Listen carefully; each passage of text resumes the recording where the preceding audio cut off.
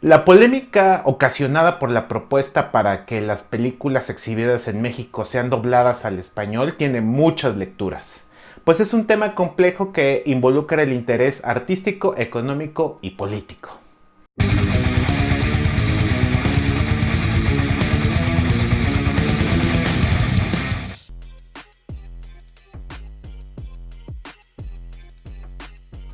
El primero es el artístico, que implica ser mamador del cine. El doblaje es una mutilación del cine, pues aunque no hable tan bien inglés como el ruso, prefiero mil veces ver una película en ruso que en ese llamado doblaje. Y si no saben inglés, pues ¿para qué van al cine? No le van a entender de todos modos. De acuerdo con especialistas en el tema, hay una distancia óptima de análisis cinematográfico, donde en primer lugar disfrutamos una película de inicio de forma muy emocional. El clásico me gustó o no me gustó, para después tener ya una reflexión más lenta, en donde podemos recordar ciertos pasajes o narrativas que sean relevantes del propio filme. Luego de ahí tenemos los dos polos, un análisis visceral en donde odias la película o la amas irracionalmente. Y está el otro lado árido en donde se analiza una película solo por sus aspectos formales. Ahí es donde entra el peso del doblaje, pues los puristas del cine señalan que el doblaje mutila la intención original en la película. Y por otro lado están los que consideran el doblaje como una carga artística, que depende si la ejecución está bien o mal hecha. ¿Y quién tiene la razón? Pues ambos y ninguno, porque es verdad que muchas veces, pese a que sean profesionales quienes ejecutan el doblaje, mucho del sentido de la película, las inflexiones, juegos de palabras, pues ya se pierden en las traducciones.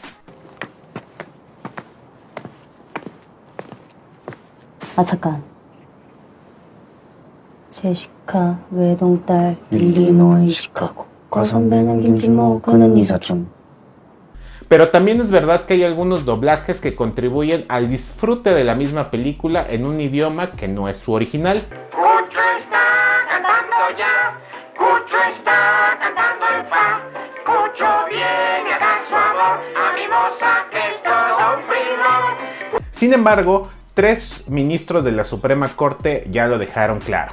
El público tiene derecho a recibir la obra en que fue originalmente concebida, derecho que es violado cuando se modifica el guión y se cambia la voz, y que autorizar un doblaje se coloca el interés privado, el lucro, por encima del interés público. Y ahí es donde entran los otros intereses, el político y el económico.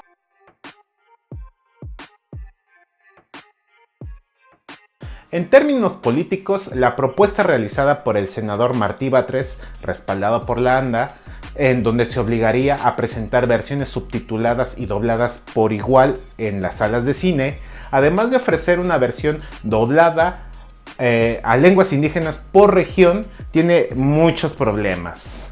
El primero y más importante es la crítica al nacionalismo del doblaje, que ya ha sido utilizado como herramienta de patrioterismo exacerbado, como el caso de España, con Francisco Franco. Ese doblaje hasta cierto grado ya raya en lo ridículo, que hemos visto en los chistes que hacemos al respecto con los títulos de las películas españolas.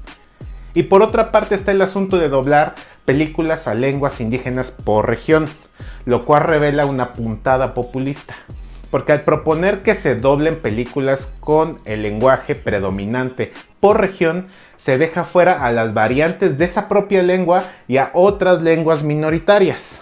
Por ejemplo, una persona que vive en Oaxaca y hable el zapoteco del Istmo no va a entender por completo una película doblada al zapoteco de los valles centrales.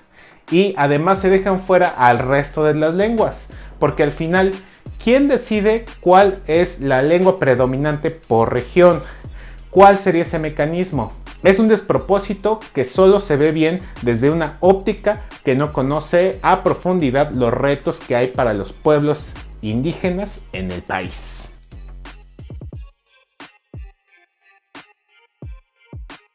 Y finalmente tenemos el tema que realmente mueve la cuna, que es el económico.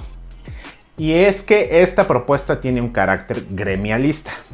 en la que se defienden los derechos de los trabajadores que se dedican al doblaje. Y tiene sentido desde su perspectiva, porque hay muchos problemas en ese ramo. Según el Consejo de Empresas Mexicanas de la Industria del Doblaje, hasta 2018 el doblaje tenía un valor como industria de 66 millones de dólares. Y en México se hace el 70% del material audiovisual doblado al español a nivel global, ya sea en cine, televisión o streaming. Sin embargo, en otros países está creciendo la demanda de doblaje porque ofrecen precios mucho más bajos que aquí y hay una paga muy inequitativa entre los artistas del doblaje, pues depende del contexto para negociar los salarios. Y a esto hay que sumarle el crecimiento de los Star Talents, que se trata cuando las productoras contratan a una persona famosa para doblar una película para atraer más público por el renombre de esa persona, pese a que no trabaje personalmente en el doblaje o tenga una preparación técnica para hacerlo. Y muchas veces son quienes se llevan la mayor parte de la inversión en el doblaje de una película. Pero además de eso, la iniciativa plantea desvincular el pago a los artistas de doblaje sin importar que pertenezcan a un sindicato o no, que en este caso sería el Citatir. Pero además incluye una parte importantísima de la cual no se ha hablado mucho, que es agregar como salario el pago de regalías al ser considerados como actores de doblaje. Es decir, su trabajo también sería considerado como una actuación, lo que implica recibir regalías. Y además esas regalías se calcularían con base en el alcance nacional o internacional de la película o serie que doblan. Entonces por ese lado se entiende la iniciativa, pero por otro tenemos el problema de la multiplicación de los costos que va a hundir a las pequeñas productoras. Y es que esta iniciativa está pensada en las majors, que traen películas grandotas de Hollywood y pueden soportar la inversión de hacer doblaje de todas sus películas al español y otras lenguas por regiones. Pero habrá otras películas traídas por productoras más chicas a las que simplemente no se les hará rentable por el costo que implica el doblaje. Y ante esto, pues van a desaparecer o a reducir significativamente sus opciones en cartelera, lo que significaría un atraso en la industria, ya que para proteger a unos afectan a otros miles.